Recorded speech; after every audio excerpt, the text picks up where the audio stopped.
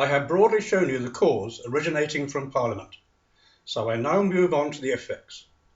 I split this into a demonstration of three. Firstly, in the content of the HRA 98, they have removed the overarching Article 1, which secures our overall rights and freedoms. They have ignored the fundamental right brought forward from the UDHR. Everyone is equal before the law, and this means broad equality and equality of arms. With the ECHR Article 13 removed, we have lost equality of outcome and a remedy, together that no person is liable for offences against our rights. We also have to suffer from unfair and partial treatment and hearings and trials, arbitrary discrimination, inequality of easy access to the law, and so on.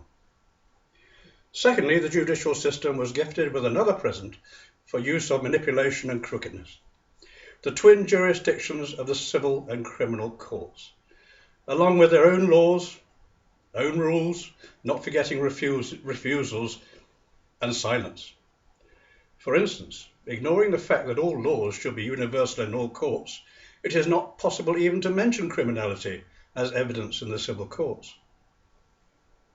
Having been robbed by banks and lawyers many years ago, my proven evidence was cast aside when seeking financial compensation.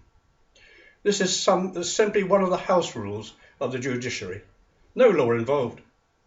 From this they can decide pretty well any outcome within the courts, even before any hearing. But they are not alone in this manipulation and injustice.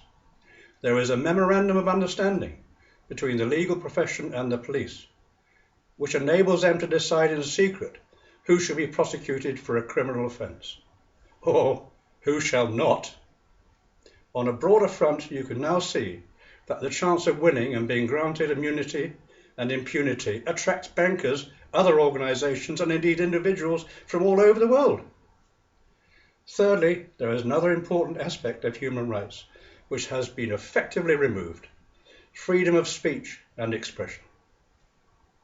If you remember, the suppression of exposure was a main motive for the Blair government to conceive the HRA 98 in the first place. It is still a priority at this moment for the elite, as, not least, they grapple to control freedom of our press. Let me throw some light on this. Coincidentally with the HRA 98, the power and activity of Queen's Bench Division, High Court, was broadened to suppress free speech. Therein is Lord Leveson and a handful of specialist judges, relishing in super injunctions for the wealthy who have committed indiscretion.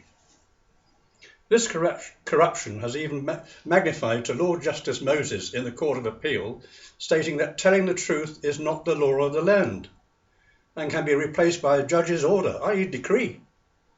That can be extended for an order to tell a lie. I should know.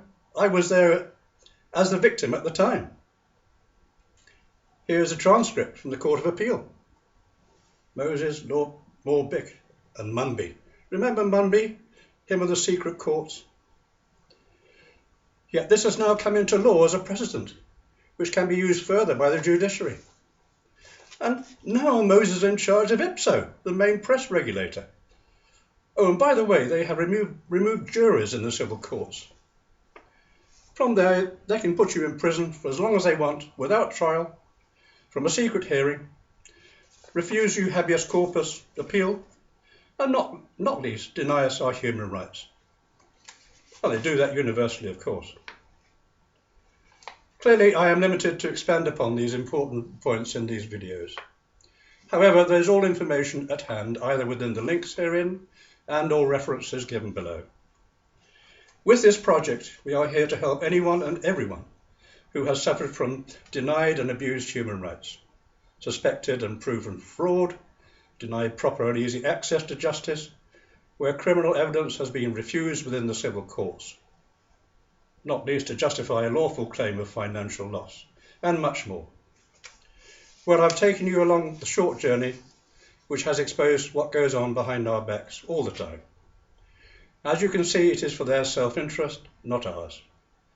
The foundation, as it were, is built on, yes, deception, dishonesty and fraud.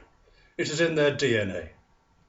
I just hope that our joint action will not only bring deserved reward for claimants, but help to bring change towards a more honest, democratic and fair society. Oh, and not forgetting correct justice. Thank you for watching and goodbye.